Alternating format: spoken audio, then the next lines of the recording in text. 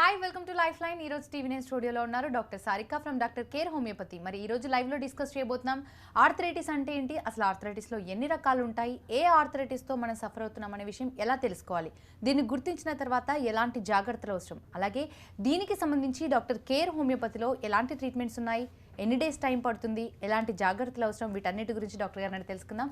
మీరు కూడా ఈ కాళ్ళ నొప్పులు, అలాగే నీ పెయిన్స్, జాయింట్ పెయిన్స్, అలాగే బ్యాక్ పెయిన్కి సంబంధించి ఏదైనా తెలుసుకోవాలనుకుంటే డాక్టర్ గారితో మాట్లాడి మీ ప్రాబ్లమ్స్ సార్ట్అవుట్ చేసుకోవచ్చు. మా ఫోన్ నెంబర్స్ టీవీ9 స్క్రీన్ మీద డిస్ప్లే అవుతున్న నెంబర్స్కి కాల్ చేసి డాక్టర్ సారిక గారితో మాట్లాడి మీ ప్రాబ్లమ్స్ సార్ట్అవుట్ చేసుకోవచ్చు. హాయ్ డాక్టర్ గారు, వెల్కమ్ టు స్టూడియో.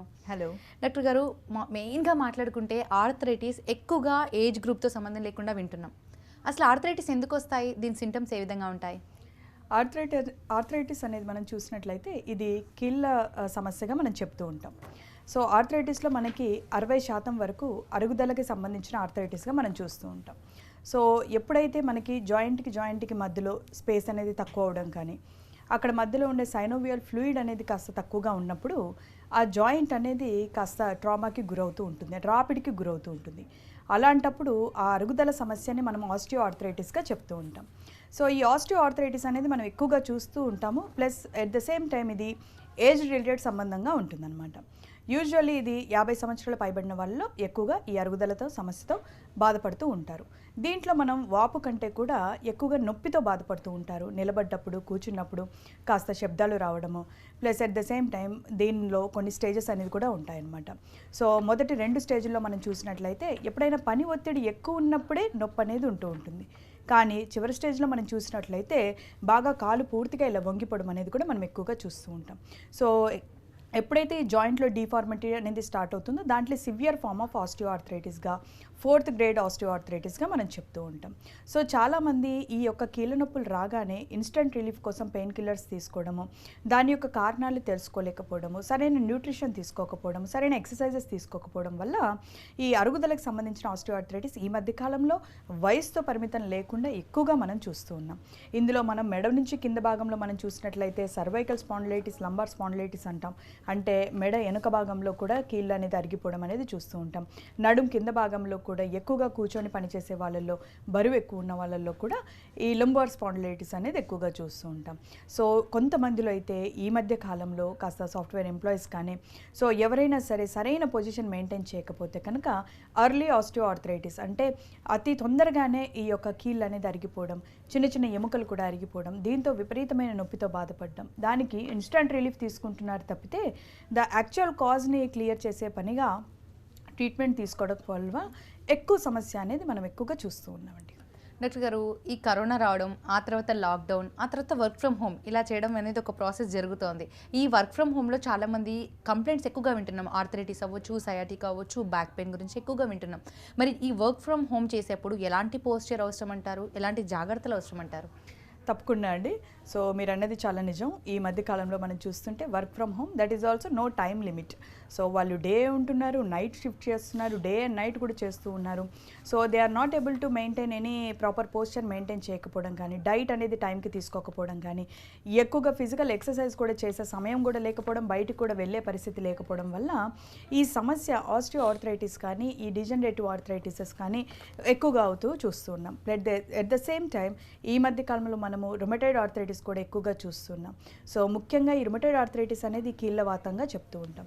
సో దీంట్లో ఏమవుతుంది అని అంటే మన యొక్క రోగనిరోధక శక్తి మన యొక్క జాయింట్స్ మీద దాడి చేయడం అనేది ఎక్కువగా చూస్తూ ఉంటాం. కాలర్ లైన్లో ఉన్నారు డాక్టర్ గారు, ఒకసారి కాల్ తీసుకున్న తర్వాత కంటిన్యూ చేద్దాం. వైజాగ్ నుంచి శ్రీనివాస్ ఉన్నారు. ప్రాబ్లం ఏంటో చెప్పండి డాక్టర్ గారికి. శ్రీనివాస్ గారు, ప్రాబ్లం ఏంటో చెప్పండి. డాక్టర్ సారిక ఉన్నారు, డాక్టర్ కేర్ హోమియోపతి నుంచి.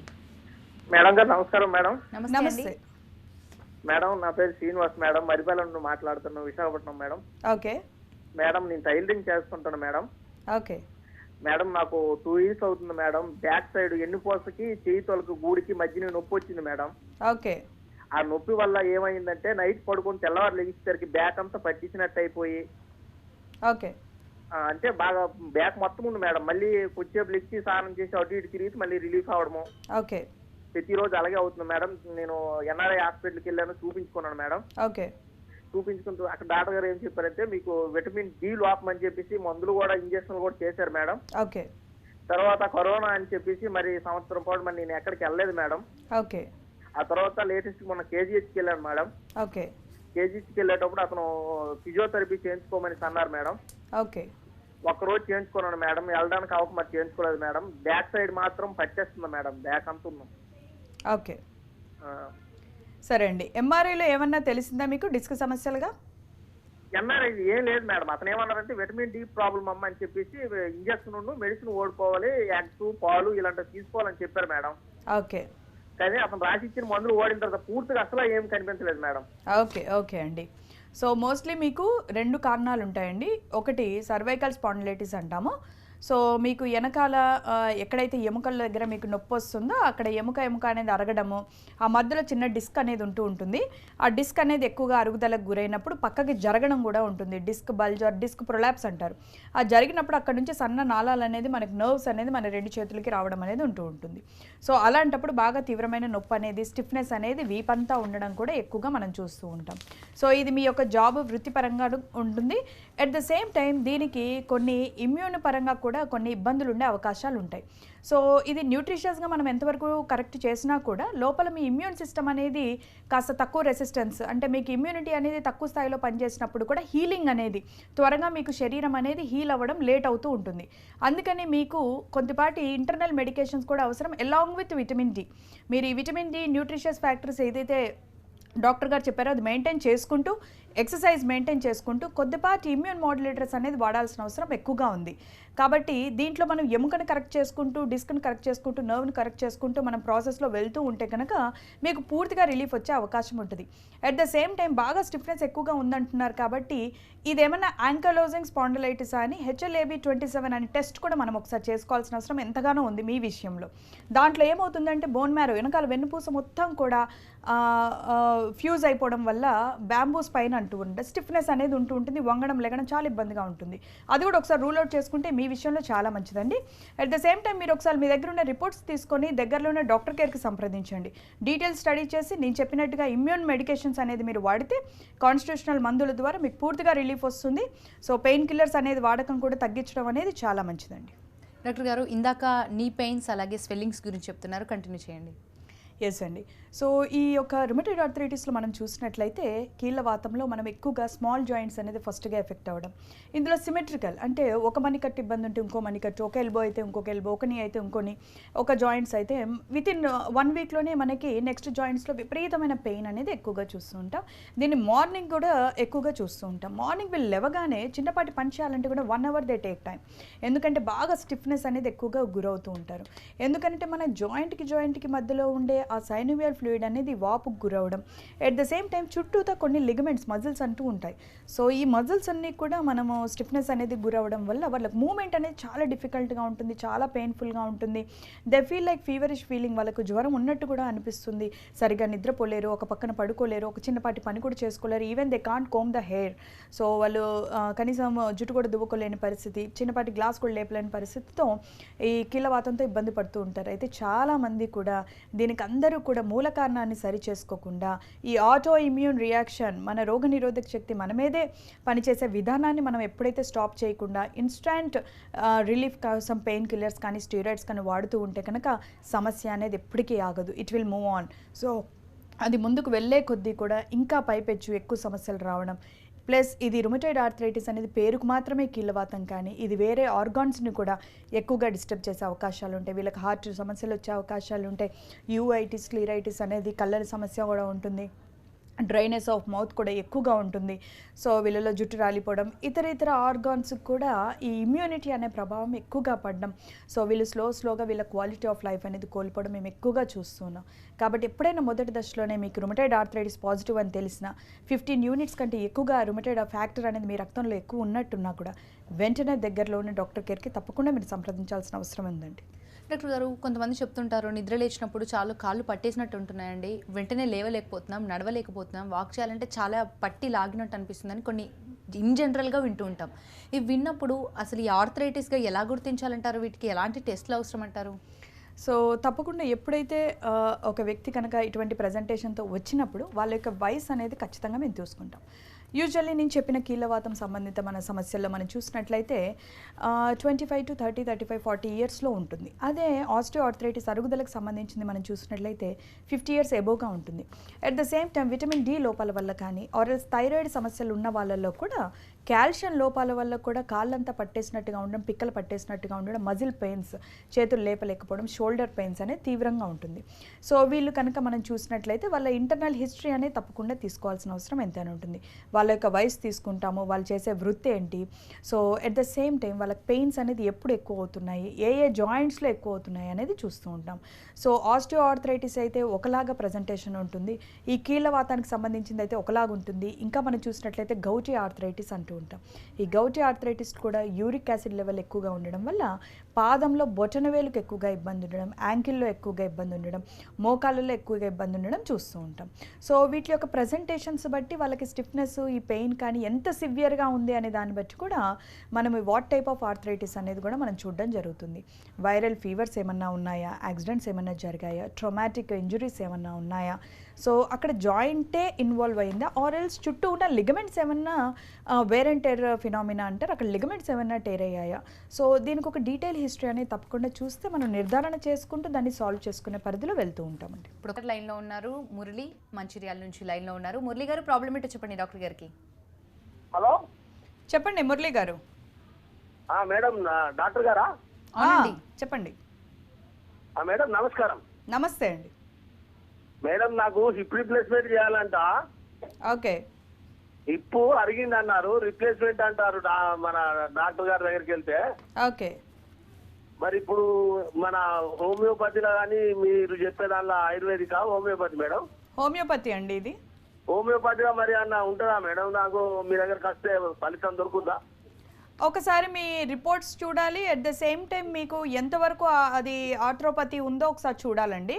అరిగిపోయిందని అంటున్నారు కూడా, దాంట్లో దశలు ఉంటాయి. సో మొదటి దశలో అయితే మనం ఖచ్చితంగా దీన్ని పూర్తిగా రిలీఫ్ చేయడానికి అవకాశం ఉంటుంది. బాగా రిస్ట్రిక్షన్ ఆఫ్ మూమెంట్ అంటే మీకు అసలు కదలడానికి కూడా ఇబ్బందిగా ఉంది, కాళ్ళు లేపడానికి కూడా ఇబ్బందిగా ఉంది, కొంచెం తీవ్ర స్థాయిలో ఉంది అని అంటే దానికి మనం ఆలోచించాల్సిన పరిధిలో వెళ్ళాలండి. ఒకసారి మీరు దగ్గరలో ఉన్న డాక్టర్ కేర్కి రిపోర్ట్స్ తీసుకొని సంప్రదించండి. మీ రిపోర్ట్స్ చూసి మిమ్మల్ని ఒకసారి ఎగ్జామిన్ చేసి పరీక్ష చేసి దాన్ని బట్టి మేము చెప్పగలుగుతామండి. రైట్. డాక్టర్ గారు, ఆర్థరైటిస్లో ఎన్ని రకాలు ఉంటాయి? ఎక్కువగా మనం గౌటీ గురించి కూడా వింటున్నాం ఈ మధ్య కాలంలో. ఎందుకు, ఎలాంటి లైఫ్ స్టైల్ ఉన్న వాళ్ళ గౌటీ ఆర్థరైటిస్ గురించి వినాల్సి వస్తుంది? సో మనము చూసినట్లయితే ఆర్థరైటిస్లో చాలా రకాలు ఉన్నాయండి. వాటి యొక్క కారణాలు బట్టి, ఏ కీలు అరిగింది దాన్ని బట్టి దాన్ని మనం కేటగరైజేషన్ అనేది చేస్తూ ఉంటాం. సో దీంట్లో మనం 60% వరకు చూసేది అరుగుదలకు సంబంధించిన ఆర్థరైటిస్, ఇంకొక 20% వరకు ఈ యొక్క రోగనిరోధక శక్తి సంబంధించిన ఆటో ఇమ్యూన్ డిజార్డర్స్ అనేది rheumatoid arthritis, SLE systemic lupus ఎరిథమెటోసిస్లో కూడా మనం చూస్తూ ఉంటాం. ఇంకొక 20% మనం ఎక్కువగా చూసేదైతే యూరిక్ యాసిడ్ యొక్క అబ్నార్మాలిటీ వల్ల ఈ యొక్క జాయింట్ పెయిన్స్ అనేది వస్తూ ఉంటాయి. దాన్నే మనం గౌటీ ఆర్థరైటిస్ అంటూ ఉంటాం. దీన్ని మనం ఎక్కువగా వంశపారంపర్యంగా ఏదన్నా యూరిక్ యాసిడ్ లెవెల్ ఎక్కువగా ఉండే తత్వంలో యూరిక్ యాసిడ్ డయాథిసిస్ అంటారు. అలాంటి వాళ్ళల్లో అవి క్రిస్టల్స్గా, యూరిక్ యాసిడ్ అనేది it's a waste product, it has to go out, అంటే అది మూత్రం ద్వారా వెళ్ళిపోవాల్సిన కండిషన్. కానీ అదొక క్రిస్టల్స్ లాగా ఫామ్ అయ్యి జాయింట్స్ మధ్యలో చేరి అది రాపిడికి గురి చేసి విపరీతమైన నొప్పి, ఎరుపుదనం, ముట్టాలంటే కూడా చాలా పెయిన్ఫుల్గా ఫీల్ అవుతూ ఉంటారు. కాలంతా ఎర్రగా అయిపోతుంది, బొటనవేలు ఒక్కొక్కసారి అక్కడ సిస్ట్ ఫామ్ అయ్యి పసు కూడా వచ్చే అవకాశాలు ఉంటాయి. రాత్రికి రాత్రి ఎక్కువగా అయిపోవడం అనేది ఉంటుంది. సో వీళ్ళకున్న హ్యాబిట్స్ ప్రకారం కూడా ఆల్కహాల్ ఇంటేక్ కానీ స్మోకింగ్ కానీ ఎక్కువ ఉండే వాళ్ళలో, మాంసకృతులు ఎక్కువగా తీసుకునే వాళ్ళలో ఈ సమస్య మనం ఎక్కువగా చూస్తూ ఉంటామండి. డాక్టర్ గారు, ఆస్ట్రియో అలాగే రుమటాయిడ్ ఆర్థరైటిస్ విషయానికి వస్తే, రుమటాయిడ్ ఆర్థరైటిస్ సిమ్టమ్స్ ఏ విధంగా ఉంటాయి, ఆస్ట్రియో ఆర్థరైటిస్ సిమ్టమ్స్ ఏ విధంగా ఉంటాయి? సో మనం చూసినట్లుగా ముఖ్యంగా ఈ ఆస్టియో ఆర్థరైటిస్ మనం చూసినట్లయితే ఇట్ ఈస్ ఏ దీర్ఘకాలిక సమస్య, ఇది ఏజ్ రిలేటెడ్ సమస్య, అట్ ద సేమ్ టైం ఇది డీజనరేటివ్ ప్రాసెస్. సో డీజనరేటివ్ అంటే అరుగుదలకు సంబంధించిన సమస్య. ఇది మెడ భాగం నుంచి కింది భాగం, నడుం భాగంలో రావచ్చు. ఇందాక మన కాలర్ చెప్పినట్లు హిప్ భాగంలో కూడా, మన తొడ ఎముకకి హిప్ బోన్కి మధ్యలో కూడా అరుగుదల మొదలయ్యి అక్కడ జాయింట్స్ ఫ్యూజ్ అయిపోయి, గ్యాప్ తగ్గిపోయి, రిస్ట్రిక్షన్ ఆఫ్ మూమెంట్ రావడం, సివియర్ మొబిలిటీ ప్రాబ్లం, అంటే అస్సలు కదలలేని పరిస్థితి కూడా ఉంటుంది. సో ఇలాగ మోకాళ్ళకి సంబంధించిన అరుగుదల కూడా నీ ఆర్థరైటిస్ కూడా మనం చూస్తూ ఉంటాం. అదే మనము రోగనిరోధక శక్తి సంబంధించింది ఆటో ఇమ్యూన్ ఆర్థరైటిస్ కనుక మనం చూసినట్లయితే ఇది సిమెట్రికల్గా ఉంటుంది. ఇది ఇన్ఫ్లమేటరీ ఆర్థరైటిస్, అంటే వాపుకి తగ్గ సంబంధం అనేది ఎక్కువగా ఉంటుంది. సో ఇది ఉదయకాలం పూట బాగా విపరీతమైన స్టిఫ్నెస్, వాపు ఎక్కువగా ఉంటుంది, జ్వరం వచ్చినట్టుగా ఉంటుంది. పెయిన్ ఆస్టియో ఆర్థరైటిస్ కంటే తీవ్రంగా ఉంటుంది. ఆస్టియో ఆర్థరైటిస్ మనం చూసినట్లయితే అది ఒక కాలుకి వచ్చి మెల్లగా కొన్ని సంవత్సరాల తర్వాత ఇంకో కాలు అనేది ఎఫెక్ట్ అవ్వడం, మెల్లగా వేరే ఆర్గాన్స్ ఎఫెక్ట్ అవ్వడం అనేది ఉంటుంది. కానీ కీళ్ళవాతంలో విత్ ఇన్ ఎ వీక్ మనకి సిమెట్రికల్ రిలేషన్. ఇప్పుడు ఒక చేయి నొప్పి ఉంటే next immediately after a week we will have ఇంకో చేయి నొప్పిగా ఉండడం కానీ, అలాగా ఒక షోల్డర్ పెయిన్ ఉంటే కొద్ది కాలంలోనే నెక్స్ట్ షోల్డర్ పెయిన్ అనేది సిమెట్రికల్ టైప్ ఆఫ్ పెయిన్స్ అనేది మనం ఎక్కువగా చూస్తూ ఉంటాం. అదే గౌటీ ఆర్థరైటిస్ అయితే ఎక్కువగా కాలు బొటన వేళ్ళలో, యాంకిల్స్లో ఎక్కువగా మనం పెయిన్ఫుల్ చూస్తూ ఉంటాం. ఇంకొంతమందిలో జువెనైల్ ఇడియోపతిక్ ఆర్థరైటిస్ కూడా చూస్తూ ఉంటాం. చిన్న పళ్ళల్లో కూడా ఈ ఇమ్యూనిటీ అనేది తక్కువగా ఉండడం, మన ఇమ్యూనిటీయే మన ఒక రోగనిరోధక శక్తి మన జాయింట్స్ని డ్యామేజ్ చేసిన వాళ్ళల్లో కూడా ఈ యొక్క ఆర్థరైటిస్ అనేది ఎక్కువగా పిల్లల్లో కూడా ఈ మధ్య కాలంలో చూస్తూ ఉన్నాం. సో దీనికి తగ్గ కారణాలు తెలుసుకొని దానికి తగ్గ న్యూట్రిషన్ అండ్ ఎక్సర్సైజ్ తీసుకుంటూ సరైన వైద్య విధానం డాక్టర్ కేర్లో అందుబాటులో ఉంది. కాన్స్టిట్యూషనల్ మందులు తీసుకుంటూ ఉంటే కనుక శాశ్వతంగా పరిష్కారం అనేది దొరుకుతుంది. డాక్టర్ గారు, మీరు కిడ్స్ గురించి చెప్పారు. నిజానికి కొంతమంది పిల్లలు చూస్తుంటాం, కీళ్ళవాతం గురించి వింటుంటాం. పిల్లలు కీళ్ళవాతంతో సఫర్ అవుతున్నట్లయితే పేరెంట్స్ వాళ్ళపై ఎలాంటి కేర్ తీసుకోవాల్సిన అవసరం ఉందంటారు? సో తప్పకుండా మనము దీనికి కారణం అనేది చూసుకోవాలండి. చాలా వరకు ఇది జెనెటికల్గా ఉన్నా కూడా కీళ్ళవాతం అనేది స్ట్రెస్ ఫ్యాక్టర్స్ ఉన్నప్పుడు ట్రిగరింగ్గా ఉంటుందన్నమాట. సో స్ట్రెస్ ఫ్యాక్టర్స్ అనేది వాళ్ళలో వాళ్ళ యొక్క స్వభావాన్ని కూడా మనం తెలుసుకోవాలి. పిల్లలే కదా, వీళ్ళకి ఎటువంటి ఆలోచనలు ఉండవు, వీళ్ళకి ఏమీ ఉండదు అనేది మనం అనుకోవడానికి లేదు. ఖచ్చితంగా వాళ్ళకు కూడా ఒక మనసు ఉంటుంది, వాళ్ళకు కూడా ఆలోచన ఉంటుంది. వాళ్ళు కూడా విషయాల్లో చిన్న చిన్న సున్నితమైన విషయాల్లో కూడా కాస్త ఎక్కువగా ఆలోచించి దాన్ని లోతుగా తీసుకొని ఇబ్బంది పడే అవకాశాలు కూడా ఉంటాయి.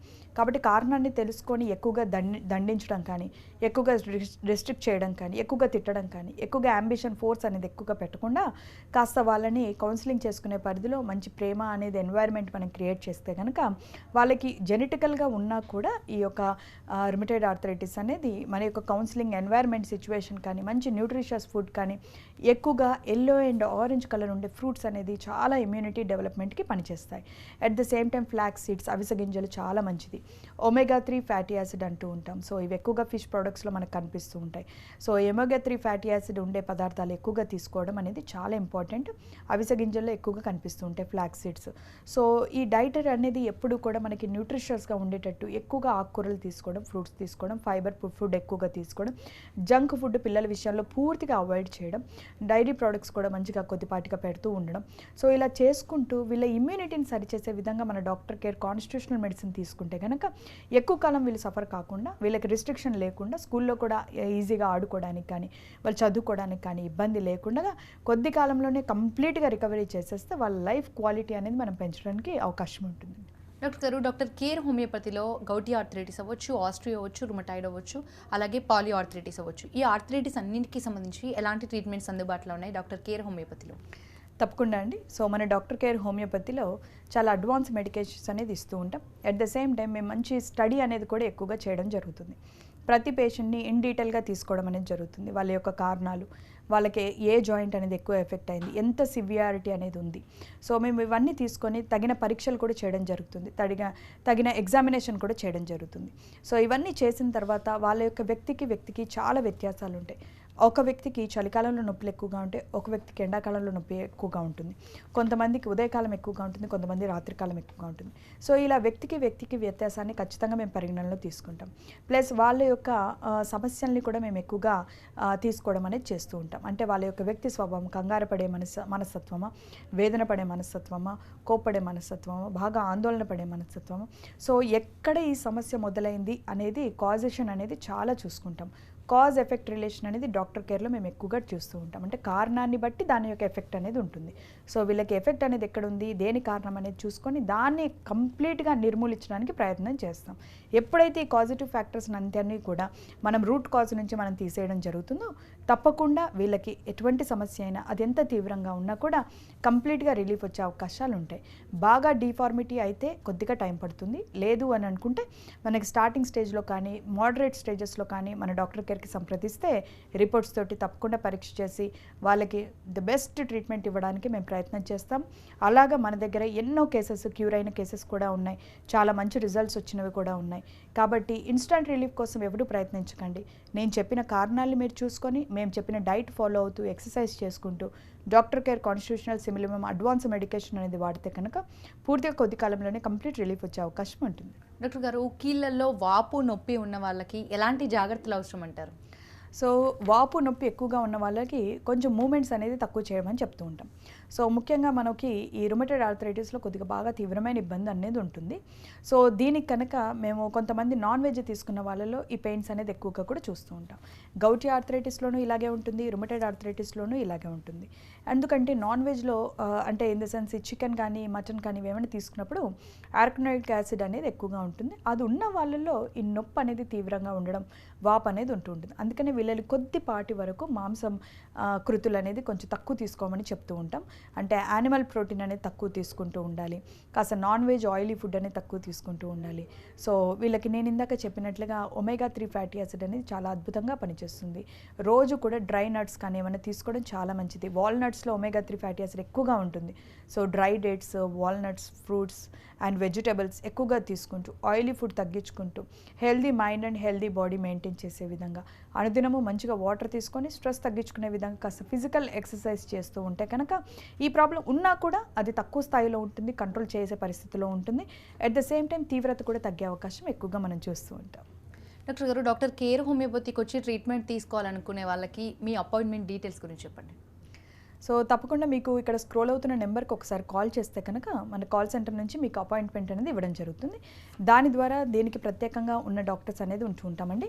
సో మీరు ఆ డాక్టర్ అనే అపాయింట్మెంట్ ఇస్తారు. ఆ అపాయింట్మెంట్ తీసుకొని మీరు మీ దగ్గర ఉన్న రిపోర్ట్స్ని అన్ని తీసుకొని సో మీరు వస్తే కనుక తప్పకుండా మీ ప్రాబ్లమ్ని మేము ఇన్ డీటెయిల్గా స్టడీ చేయడం జరుగుతుంది.